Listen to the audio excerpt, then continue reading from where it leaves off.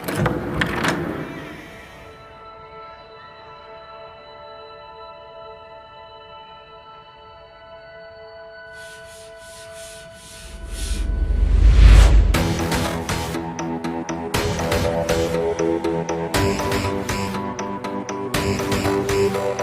സഹോദരന്മാർക്കും സഹോദരിമാർക്കും സുഹൃത്തുക്കൾക്കും ദൈവനാമത്തിൽ സമാധാനം.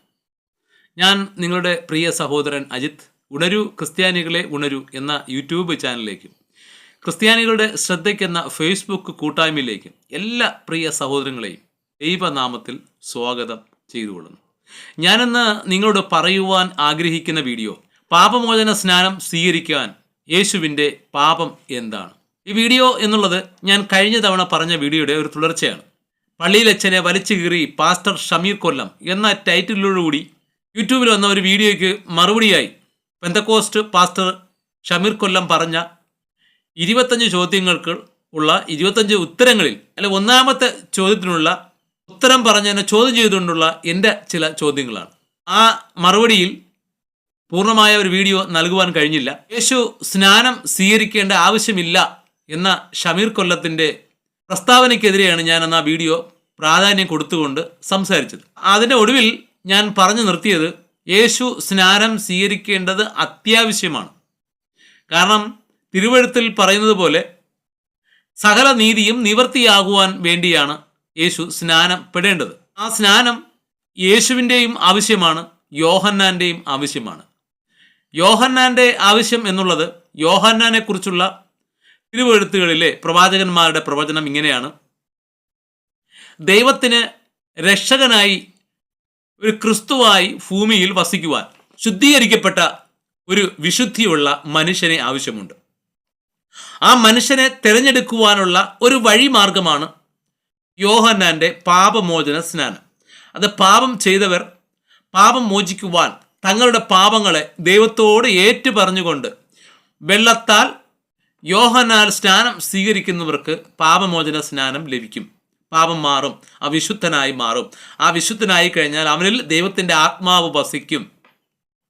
ഈ ഒരു പ്രവചനം നിവർത്തിയാകുവാൻ യേശുവിനെ സ്നാനപ്പെടുത്തിയേ മതിയാവൂ. യേശുവിനെ സ്നാനപ്പെടുത്തിയാൽ മാത്രമേ യേശുവിലുള്ള പാപം ശുദ്ധീകരിക്കപ്പെടുകയുള്ളൂ, അവനിൽ ദൈവത്തിൻ്റെ ആത്മാവ് വസിക്കുവാൻ കഴിയുകയുള്ളൂ. യേശു യോഹന്നോട് പറഞ്ഞു, ഇപ്പോൾ സമ്മതിക്കുക, സകല നീതിയും നിവർത്തിയാകേണ്ടത് അത് അത്യാവശ്യമെന്ന് പറഞ്ഞപ്പോൾ യോഹന്നാൻ അത് ചെയ്യുകയും യേശുവിൽ ദൈവത്തിൻ്റെ ആത്മാവ് വരികയും പിന്നീട് യേശു ക്രിസ്തുവിൻ്റെ ശുശ്രൂഷ ചെയ്തു എന്നുമാണ് തിരുവെഴുത്ത് പറയുന്നത്. ഞാൻ ഇന്ന് ഈ വീഡിയോയിൽ പറയുന്നത് യേശുവിൻ്റെ പാപം എന്താണ്. അത് പറയുന്ന മുമ്പ് നിങ്ങൾ എല്ലാവരും പാപം എന്ന് പറഞ്ഞാൽ എന്താണ് എന്ന് പഠിക്കണം. ഇപ്പം വിചാരം ചെയ്യുന്നതോ, അന്യൻ്റെ മുതൽ മോഷ്ടിക്കുന്നതോ, അന്യനെ സാധുക്കളായ മനുഷ്യരെ ഉപദ്രവിക്കുന്നതോ, വിഗ്രഹാരാധന ചെയ്യുന്നതോ, അന്യദൈവത്തെ ആരാധിക്കുന്നതോ എന്നുള്ളത് മാത്രമല്ല പാപം. പാപം എന്ന് പറഞ്ഞാൽ ന്യായപ്രമാണത്തിൽ കൂടിയും ന്യായപ്രമാണത്തിന് ശേഷമുണ്ടായ അനേകം പ്രവാചകന്മാരിൽ കൂടിയും ദൈവത്തിൻ്റെ ആത്മാവ് സംസാരിച്ച വചനങ്ങൾ, കൽപ്പനകൾ, പ്രമാണങ്ങൾ, ചട്ടങ്ങൾ, ഇതിനെ ലംഘിക്കുന്നതിനെ പാപം എന്നാണ് പറയുന്നത്. ദൈവം ചെയ്യരുതെന്ന് പറഞ്ഞ കാര്യങ്ങൾ ചെയ്യുന്നതും ചെയ്യണം എന്ന് പറയുന്ന കാര്യങ്ങൾ ചെയ്യാതിരിക്കുന്നതും ഒരുപോലെ പാപമാണ്. അത് ചെറിയ കൽപ്പനയായാലും വലിയ കൽപ്പനയായാലും, ചെറിയ പ്രമാണമായാലും വലിയ പ്രമാണമായാലും, ചെറിയ ചട്ടമായാലും വലിയ ചട്ടമായാലും എല്ലാം ഒരുപോലെ പാപമാണ്. യേശു പാപം ചെയ്തിട്ടുള്ള ഒരു മനുഷ്യനാണെന്നോ അല്ലെങ്കിൽ ഒരു മനുഷ്യനാണെന്നോ പോലും ഇപ്പോഴത്തെ യേശു ഫാൻസ് അസോസിയേഷൻകാർ സമ്മതിച്ചു തരികയില്ല. തിരുവെഴുത്ത് പറഞ്ഞ എന്താണെന്ന് അവർ അംഗീകരിക്കുകയില്ല. അവരുടെ മാതൃകാ പുരുഷനാണ് യേശു ക്രിസ്തു. എന്നാൽ യേശു പറയുന്ന ഏതെങ്കിലും കൽപ്പന ഇവർ അനുസരിക്കുന്നുണ്ടോ? അതുമില്ല. പാപം എന്നുള്ളത് യേശുവിനായാലും അന്നത്തെ കാലത്തുള്ള യോഹന്നാൻ്റെ സ്നാനം സ്വീകരിച്ച ഏതൊരു മനുഷ്യനും ഉള്ള പാപം എന്നുള്ളത് ദൈവകൽപ്പന ലംഘനമാണ്. തിരുവെഴുത്തിൽ ദൈവം കൽപ്പിച്ചത് ചെയ്യരുതെന്ന് പറഞ്ഞത് ചെയ്തതും ചെയ്യണം എന്ന് പറഞ്ഞത് ചെയ്യാതിരുന്നതുമാണ് പാപം. ആ പാപം തന്നെയാണ് യേശു ക്രിസ്തുവിനും ഉള്ളത്. ഇപ്പം അതുമായി യേശു പാപിയാണോ അല്ലയോ എന്ന് കുറച്ചുകൂടി കൂടുതൽ മനസ്സിലാക്കുവാൻ, സാധാരണക്കാരന് മനസ്സിലാകുന്ന തരത്തിൽ ഒന്ന് പഠിക്കുവാൻ തിരുവെഴുത്തിലൂടെ ഒന്ന് സഞ്ചരിക്കാം. ലൂക്കോസ് എഴുതിയ സുവിശേഷം 2-ാം അധ്യായം അതിൻ്റെ 40 മുതലുള്ള വാക്യങ്ങൾ അങ്ങോട്ടെടുത്ത് വായിച്ച് പഠിച്ചു കഴിഞ്ഞാൽ യേശുവിലുള്ള പാപം എന്തായിരുന്നു, യേശു പാപം ചെയ്യാനുള്ള കാരണക്കാർ ആരായിരുന്നു, യേശു പാപത്തിന് അടിമപ്പെടുവാനുള്ള കാരണം എന്തായിരുന്നു എന്ന് വളരെ വ്യക്തമായി നിങ്ങൾക്ക് മനസ്സിലാക്കുവാൻ കഴിയും. ലൂക്കോസ് എഴുതിയ സുവിശേഷം 2-ാം അധ്യായം 40-ാമത്തെ വാക്യം മുതൽ വായിക്കാം. അവൻ്റെ അമ്മയപ്പന്മാർ ആണ്ടുതോറും പെസഹ പെരുന്നാളിന് യെരൂശലേമിലേക്ക് പോകും. അവന് 12 വയസ്സായപ്പോൾ അവർ പതിവ് പോലെ പെരുന്നാളിന് പോയി എന്നാണ്. ലൂക്കോസിന്റെ 2-ാം അധ്യായം 40 വാക്യത്തിൽ പറയും പോലെ യേശുവിൻ്റെ അമ്മയപ്പന്മാർ ആണ്ടുതോറും പെസഹ പെരുന്നാളിന് യെരൂശലേമിലേക്ക് പോവുക പതിവായിരുന്നു. യേശുവിന് 12 വയസ്സായപ്പോൾ അതേപോലെ പോവുകയും യേശുവിനെ കൊണ്ട് പോവുകയും ചെയ്തു എന്ന് പറയുന്നു. 42-ാമത്തെ വാക്യത്തിൽ പറയുന്നു, പെരുന്നാൾ കഴിഞ്ഞ് ബാലനായ യേശു യെരൂശലേമിൽ താമസിച്ചു. അമ്മയപ്പന്മാരോ അറിഞ്ഞില്ല. അവൻ സഹയാത്രികരുടെ കൂടെ കാണും എന്ന് അവർ ഊഹിച്ചിട്ട് ഒരു ദിവസത്തെ വഴി പോന്നു. പിന്നെ അവനെ ബന്ധുക്കളുടെയും പരിചയക്കാരുടെ ഇടയിൽ തിരഞ്ഞു എന്നാണ് അവിടെ എഴുതിയിരിക്കുന്നത്. യേശുവിൻ്റെ 12-ാമത്തെ വയസ്സിൽ യേശുവിനെയും കൊണ്ട് അമ്മയപ്പന്മാരായ മറിയയും ജോസഫും ദേവാലയത്തിൽ കടന്നുപോവുകയും എന്നാൽ യേശു ദേവാലയത്തിൽ അകത്ത് കടന്നിരിക്കുകയും ഇവരത് അറിയാതെ ഒരു ദിവസത്തെ ദൂരം മടങ്ങി വരികയും ചെയ്തു എന്നും, കാണാതായപ്പോൾ അവരെ കുട്ടികളെ അടുത്തടുത്തും ചാർച്ചക്കാരുടെ അടുത്തും ഈ കൂട്ടക്കാരുടെ അടുക്കലൊക്കെ നോക്കിയിട്ടും കാണാനായില്ല എന്നും, പിന്നെ ഒരു ദിവസം ഇവർ അവിടെയൊക്കെ തിരഞ്ഞു എന്നും, ഒരു ദിവസം തിരിച്ചതുപോലെ ഇവർ നാട്ടിൽ നിന്നും വീണ്ടും യെരൂശലേമിലേക്ക് പോവുകയും ചെയ്തു എന്ന് അവിടെ എഴുതി കാണുന്നു. കാണാച്ചിട്ട് അവനെ അന്വേഷിച്ചുകൊണ്ട് യെരൂശലേമിലേക്ക് മടങ്ങിപ്പോയി. 3 നാൾ കഴിഞ്ഞ ശേഷം അവൻ ദേവാലയത്തിൽ ഉപദേഷ്ടാക്കന്മാരുടെ നടുവിൽ ഇരിക്കുന്നതും അവരുടെ ഉപദേശം കേൾക്കുകയും അവരോട് ചോദിക്കുകയും ചെയ്യുന്നത് കണ്ടു എന്നാണ് അവിടെ എഴുതി കാണുന്നത്. അപ്പോൾ ഈ കാണാതായ യേശുവിനെ തേടിപ്പോയ മറിയയും ജോസഫും കാണുന്നത് യേശു ദേവാലയത്തിൽ ഉപദേഷ്ടാക്കന്മാരുടെ നടുവിൽ ഇരുന്നു കൊണ്ട് അവരോട് ചോദ്യങ്ങൾ ചോദിക്കുകയും മറുപടി പറയുകയും ചെയ്യുന്ന ഒരു യേശുവിനെയാണ് അവിടെ അവർക്ക് കാണാനായത്. അവൻ്റെ വാക്ക് കേട്ടവർക്കെല്ലാം അവൻ്റെ വിവേകത്തിലും അവൻ്റെ ഉത്തരങ്ങളിലും വിസ്മയം തോന്നി. അവനെ കണ്ടിട്ട് അവർ അതിശയിച്ചു എന്നാണ്. ഈ അവർ എന്ന് ഉദ്ദേശിക്കുന്നത് അവിടെ കൂടിയിരുന്ന പുരോഹിതന്മാർ, ഉപദേഷ്ടാക്കന്മാർ, യേശുവിൻ്റെ അമ്മയപ്പന്മാർ, യേശുവിൻ്റെ ഉപദേശങ്ങൾ പറയുകയും മറുപടി പറയുകയും കണ്ടിരുന്ന അവിടെ കൂടിയിരുന്ന ജനങ്ങൾ, ഇവരെല്ലാം യേശുവിൻ്റെ വിവേകത്തിൽ, പരിജ്ഞാനത്തിൽ, അറിവിൽ വിസ്മയിച്ചു എന്നാണ് അവിടെ എഴുതിയിരിക്കുന്നത്. അപ്പോൾ ഇത്രയും പരിജ്ഞാനം എവിടെ വന്നെന്ന് നിങ്ങൾ ചിന്തിക്കേണ്ടതുണ്ട്. കാരണം 3 ദിവസം യേശു യെരൂശലേമിൽ തങ്ങിയപ്പോൾ അവിടെ എല്ലാ തിരുവെഴുത്തുകളും, ഇപ്പോഴത്തെ പോലെ ബൈബിളല്ല അന്നത്തെ കാലത്ത്, അന്നത്തെ ഓരോ പ്രവാചകന്മാരുടെയും പുസ്തകം ഓരോ ചുരുളുകൾ, തോൾ ചുരുളുകൾ എഴുതി രേഖപ്പെടുത്തി ദേവാലയത്തിൽ സൂക്ഷിക്കാറുണ്ട്. അത് ഓരോരുത്തരും എടുത്ത് പരിശോധിക്കാനും പഠിക്കുവാനും ഉള്ള അവസരം ആർക്കും ലഭിക്കാം. പ്രത്യേകിച്ച് യഹൂദ മതസ്ഥനായ പരിച്ഛേദന ഏറ്റ ഇസ്രായേൽ പൗരനായ യേശുക്രിസ്തുവിന് അത് വായിക്കുവാനും ഒന്ന് പഠിക്കുവാനും ഉപദേശങ്ങൾ ചോദിക്കുവാനും എല്ലാം ഉള്ള പൂർണ്ണ സ്വാതന്ത്ര്യവും അധികാരവും ഉണ്ട് അവിടെ. കുട്ടികളാകുമ്പോൾ അത് പഠിക്കാനും അത് പറഞ്ഞു കൊടുക്കുവാനും അവിടെ അനേകം മുതിർന്ന ആൾക്കാരും അവിടെ ഉണ്ട്. അമ്മയപ്പമ്മയുടെ പെസഹ പെരുന്നാളിന് വന്നിട്ട് ആ ദേവാലയം തങ്ങി ആ 2 ദിവസം കൊണ്ട് യേശു ആ തിരുവെഴുത്തുകളിലെ ഏറെക്കുറെ പഠിക്കേണ്ടതെല്ലാം പഠിച്ചു. ആ പഠിച്ച കാര്യങ്ങൾ അവർ ആ ഉപദേഷ്ടാക്കന്മാരോട് ചോദിക്കുകയും അവരുടെ മറുപടി കേൾക്കുകയും അവരോട് സംസാരിക്കുകയും ചെയ്തു എന്ന് പറയുമ്പോൾ യേശു ആ പഠിച്ച കാര്യങ്ങൾ അവിടെ അവരോട് ഇങ്ങനെയല്ലയോ അങ്ങനെയല്ലയോ എന്ന് ചോദിക്കുന്നു. അന്നത്തെ കാലത്ത് ദുരുപദേശം നിറഞ്ഞു നിൽക്കുന്നൊരു സമയമാണ്. പരീശന്മാരുടെയും സദൂക്യരുടെയും കള്ള പ്രവാചകന്മാരുടെയും കള്ള പുരോഹിതന്മാരുടെയും കള്ള ശാസ്ത്രികളുടെയും കാലത്ത് ദുരുപദേശങ്ങൾ നിറഞ്ഞു നിൽക്കുന്ന സമയത്ത് യേശു ആ ഉപദേശകന്മാരോട് ചോദിച്ചു, ഇത് തിരുവെഴുത്തിൽ ഇങ്ങനെയല്ലയോ എഴുതിയിരിക്കുന്നത്, അത് നിങ്ങൾ പറയുന്നത് തെറ്റല്ലേ? ഇങ്ങനെ പല കാര്യങ്ങൾ പറഞ്ഞപ്പോൾ ഉപദേഷ്ടാക്കന്മാർ പോലും അതിശയിച്ചു പോയി എന്നാണ് അവിടെ എഴുതിയിരിക്കുന്നത്. അമ്മ അവനോട്, മകനെ, ഞങ്ങളോട് ഇങ്ങനെ ചെയ്തത് എന്ത്? നിന്റെ അപ്പനും ഞാനും വ്യസനിച്ചുകൊണ്ട് നിന്നെ തിരഞ്ഞു എന്ന് പറഞ്ഞു എന്നാണ്. ഈ യേശുവിൻ്റെ ഉപദേശവും മറുപടിയും ഉപദേഷ്ടാക്കന്മാരോടുള്ള തർക്കവും എല്ലാം കണ്ടപ്പോൾ അത് കേട്ടുകൊണ്ടിരിക്കുന്ന പലരും അവൻ്റെ പരിജ്ഞാനത്തിൽ അന്തം വിട്ട് നിൽക്കുമ്പോൾ യേശുവിൻ്റെ അമ്മയായ മറിയയ്ക്കും വളർത്തച്ഛനായ ജോസഫിനും ഒരു മതിപ്പുമില്ല. അവർ ചോദിക്കുന്നത് വീട്ടിലുള്ള വാത്സല്യത്തോട് ചോദിക്കുകയാണ്, മകനെ, നീ അമ്മയെയും അപ്പനെയും ഉപേക്ഷിച്ച് നീ എന്തിന് ഒറ്റയ്ക്ക് കടന്നു, ഞങ്ങളെ എന്തിനെ വിഷമിപ്പിച്ചത് എന്നാണ് ചോദിച്ചത്. ആ ദൈവത്തിൻ്റെ വചനം ഇത്ര ശക്തമായി ശുശ്രൂഷ ചെയ്യുന്ന മകനെ കണ്ട് അഭിനന്ദിച്ച് അവനെ അതിനെ പ്രോത്സാഹിപ്പിക്കുകയല്ല ആ മാതാപിതാക്കൾ ചെയ്തത്. അവനെ അവിടെ നിന്ന് മടക്കി വിളിച്ചു കൊണ്ടുവരികയാണ് ചെയ്തതെന്ന് തൊട്ടടുത്ത വാക്യങ്ങളിൽ പറയുന്നു. അവൻ അവരോട് പറഞ്ഞത്, എന്നെ തിരഞ്ഞത് എന്തിന്? എൻ്റെ പിതാവിനുള്ളതിൽ ഞാൻ ഇരിക്കേണ്ടത് എന്ന് നിങ്ങൾ അറിയുന്നില്ലയോ എന്ന് പറഞ്ഞു എന്നാണ് എഴുതിയിരിക്കുന്നത്. എൻ്റെ പിതാവിന് ഉള്ളതിൽ ഞാൻ ഇരിക്കേണ്ടതല്ലയോ എന്നാണ്. എൻ്റെ പിതാവിന് ഉള്ളതെന്ന് പറഞ്ഞാൽ ഇസ്രായേൽ ജനമാണ്, ദൈവത്തിൻ്റെ സ്വന്തം മക്കളാണ്. അതാണ് ദൈവത്തിനുള്ളത്. അവരോടൊപ്പം ഞാനല്ല ഇരിക്കേണ്ടത്. അവർക്ക് നല്ലൊരു ഇടയനായി തിരുവെഴുത്തുകളെ സത്യസന്ധമായി പറഞ്ഞു കൊടുക്കുവാൻ, തിരുവെഴുത്തുകളെ വളരെ വ്യാഖ്യാനിച്ചു കൊടുക്കുവാൻ, ദുരുപദേശങ്ങൾക്കെതിരെ ശക്തമായി പോരാടുവാൻ, ഉപദേശിക്കുവാൻ അവരോടൊപ്പം ഇരിക്കേണ്ടവനല്ലയോ ഞാൻ എന്നാണ് യേശു അവിടെ പറഞ്ഞത്. പിതാവ് എന്ന് പറഞ്ഞത് യോസഫല്ല, അവിടെ ദൈവത്തിനെയാണ് യേശു പിതാവ് എന്ന് പറഞ്ഞത്. എന്നിട്ട് പോലും അവർ മനസ്സിലാക്കാതെ യേശുവിനെ വിളിച്ചുകൊണ്ട് പോയി എന്നാണ് അവിടെ എഴുതിയിരിക്കുന്നത്. അവൻ തങ്ങളോട് പറഞ്ഞ വാക്ക് അവർ ഗ്രഹിച്ചില്ല എന്നാണ്. ഇത്രയും ശക്തമായ രീതിയിൽ നല്ലൊരു മറുപടി യേശു കൊടുത്തിട്ട് അത് മനസ്സിലാക്കാതെ, അത് ഗ്രഹിക്കാതെ അവർ യേശുവിനെ തൻ്റെ ഭവനത്തിലേക്ക്, ഒരു ദിവസം ദൂരമുള്ള ആ ഭവനത്തിലേക്ക് മടക്കിക്കൊണ്ടു പോയി എന്നാണ്. ന്യായപ്രമാണത്തിലെ പ്രധാനപ്പെട്ട കൽപ്പനയാണ് കടിഞ്ഞൂൽ സന്തതികളെല്ലാം യഹോവയ്ക്ക് സമർപ്പിക്കണമെന്ന്.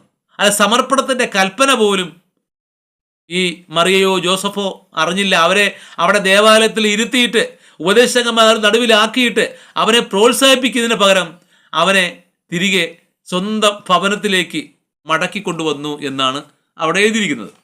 ഞാൻ എൻ്റെ പിതാവിൻ്റെ ഒപ്പം, അല്ലെ പിതാവിനുള്ളതിൽ ഞാൻ ഇരിക്കേണ്ടതല്ലയോ എന്നുള്ള യേശുക്രിസ്തുവിൻ്റെ ഉപദേശം അല്ലെങ്കിൽ കൽപ്പന വളർത്തച്ഛനായ ജോസഫോ മറിയയോ അറിഞ്ഞില്ല എന്നുള്ളത്, ഓർമ്മിച്ചില്ല, അറിഞ്ഞില്ല എന്നുള്ളതല്ല, അവർ ഓർമ്മിച്ചില്ല എന്നുള്ളതാണ് പരമമായ സത്യം.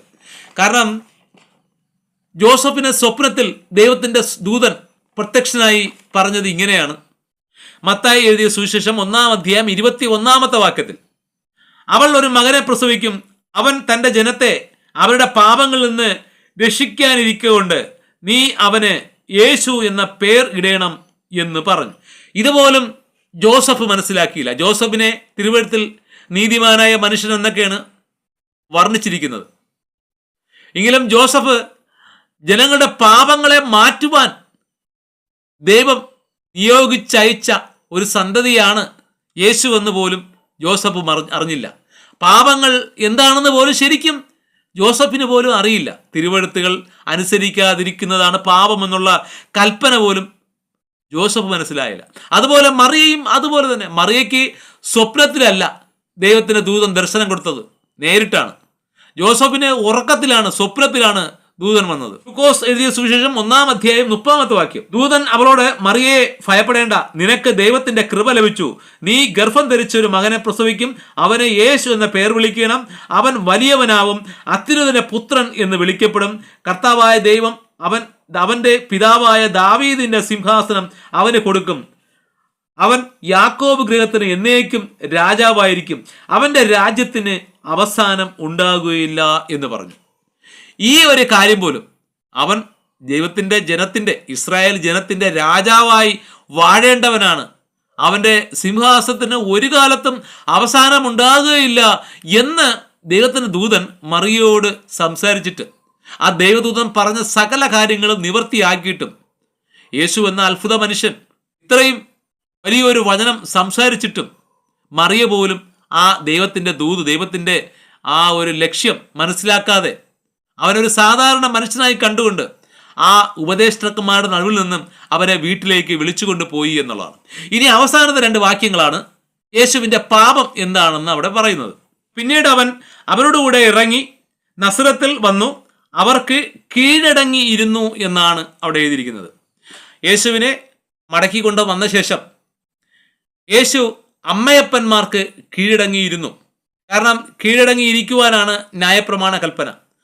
മാതാപിതാക്കളെ വാക്ക് അനുസരിക്കാത്ത മക്കളെ കല്ലെറിഞ്ഞു കൊല്ലണം, വധശിക്ഷയാണ് ന്യായപ്രമാണത്തെ പറയുന്നത്. അതും പ്രകാരം യേശു അമ്മയപ്പന്മാർക്ക് കീഴടങ്ങിയിരുന്നു എന്നാണ്. തൊട്ടടുത്ത് പറഞ്ഞ് ഈ കാര്യങ്ങളെല്ലാം അവൻ്റെ അമ്മ ഹൃദയത്തിൽ സംഗ്രഹിച്ചു. ഇതെല്ലാം അറിയാമെങ്കിലും മറിയ ഇതൊന്നും അറിയാതെ ഹൃദയത്തിൽ മാത്രം ഒളിപ്പിച്ചിരുന്നു. എന്തുകൊണ്ടാണ് അതാണെന്ന് നമുക്കറിയില്ല.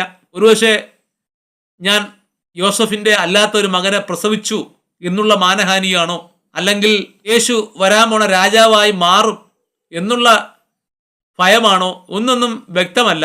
ഒരു സാധാരണക്കാരനായ മനുഷ്യൻ, ഒരു തച്ചൻ്റെ മകൻ എങ്ങനെയാണ് രാജാവായി മാറുന്നത് എന്നുള്ളൊക്കെയുള്ള ചിന്തകൾ മറിയെ അലട്ടിയിട്ടുണ്ടായിരിക്കും. അവരെല്ലാം അതൊന്നും പുറത്ത് പറയാതെ ഹൃദയത്തിൽ ഒളിപ്പിച്ചു കൊണ്ടിരുന്നു. അത് തന്നെയാണ് യേശുവിൻ്റെ പാപത്തിനുള്ള പ്രധാനപ്പെട്ട കാരണം.